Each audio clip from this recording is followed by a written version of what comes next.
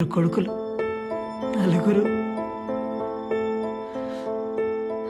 అదేటో అందరిళ్ళల్లో నేను అడ్డైపోయినానైనా ఏంటికి వాళ్ళకి అడ్డమని కయ్యకాడ షెడ్లో ఉంటుండా. ఇప్పుడు అక్కడ కూడా అడ్డమైపోయినా అదెందో డెవలప్మెంట్ చేస్తా ఉండారట. అక్కడి నుంచి కూడా పొమ్మని వాళ్ళు ఇష్టం వచ్చినట్టు మాట్లాడుతూ ఉండారు. ఇక్కడ మనసు కష్టమయ్యేది ఒక్కటే, ఓ తల్లికి ఇంత జరుగుతూ ఉంటే ఊళ్ళో ఒక్కరంటే ఒక్కరు కూడా వాళ్ళ సంప మీద కొట్టి మీరు తల్లికి చేసేది అన్యాయం రా, తప్పురా అని అడిగేటోళ్ళే లేరు. అంతేలే కలికాలం.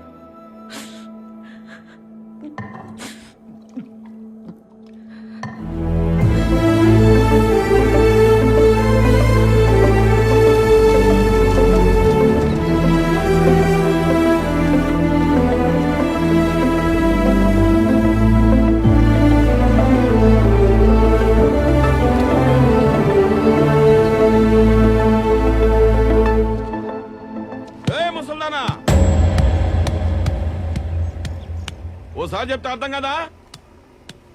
ఇంకా 2 రోజుల టైం ఉండదే.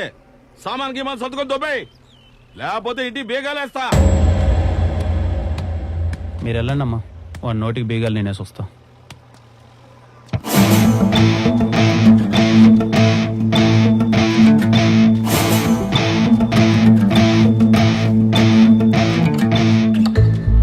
ఆవిడెక్కడికి పోదన్నా, ఇక్కడే ఉంటది.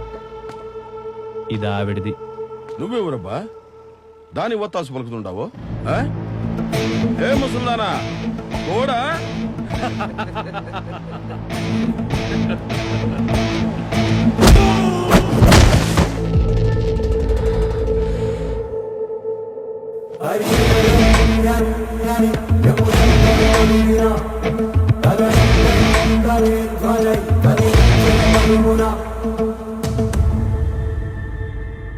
ఏమే ముసల్దానా అది ఇది అనకూడదు.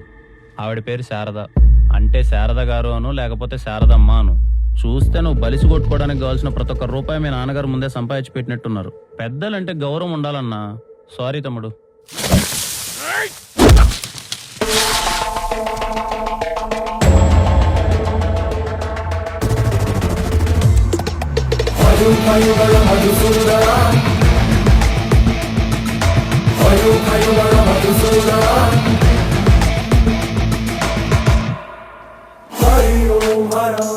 ఇక్కడున్న మీకు నాకు అస్సలు సంబంధం లేదు.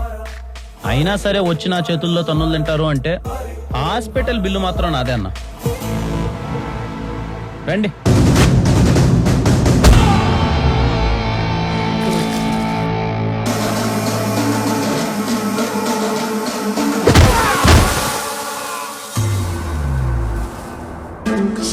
నేనేదో ఆవిడ కొడుకులతో మాట్లాడేద్దామని వస్తే మధ్యలో ఈ దుమ్ము లేపడాలు అన్నీ అవసరమా చెప్పండి?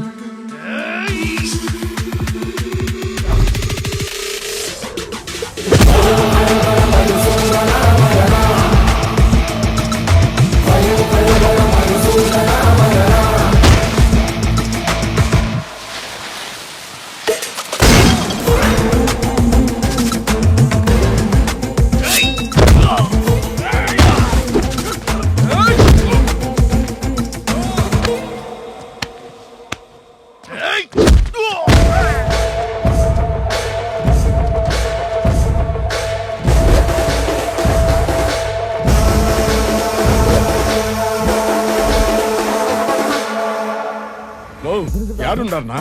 మీ అమ్మ ఉండ తీసుకొచ్చి నాడు ఉతికి ఆరేస్తున్నాడు. విన్నారన్నా?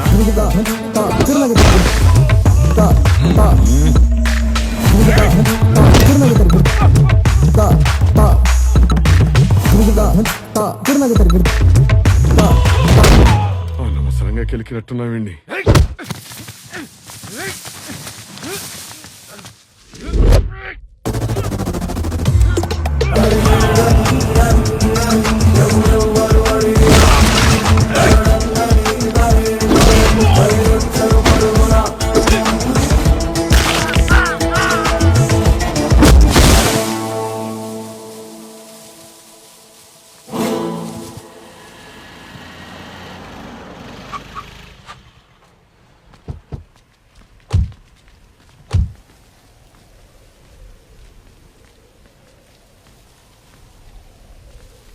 మీలో పెద్ద కొడుకు ఎవరన్నా? నేనే.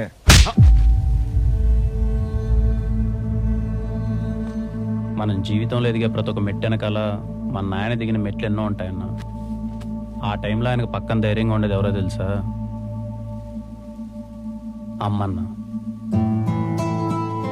అలాంటి అమ్మ నలుగురిని కనీ సాకి పెంచిందే నలుగురు కలిసి 4 మెతుకులు వేయలేరా? అమ్మ అందరికి ఉండదన్నా, ఉన్నప్పుడే చూసుకోవాలి.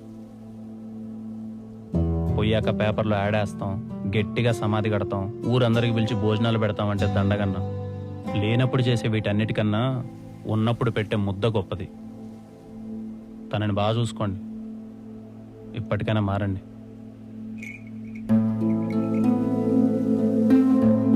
మీరు చెప్పారని కాదమ్మా, నాకే ఎందుకో వాళ్ళు చేసింది కరెక్ట్ అనిపించలేదు. మీ అమ్మ నాయన ఏడుంటారయ్యా?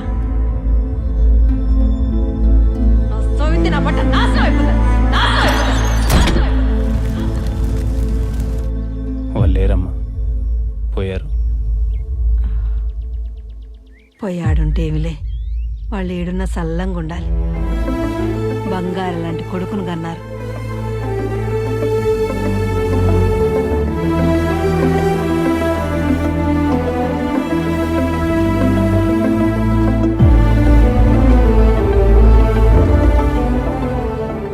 మీ అమ్మ నాన్న చనిపోవటానికి ఆ గొడవ కారణం కదా.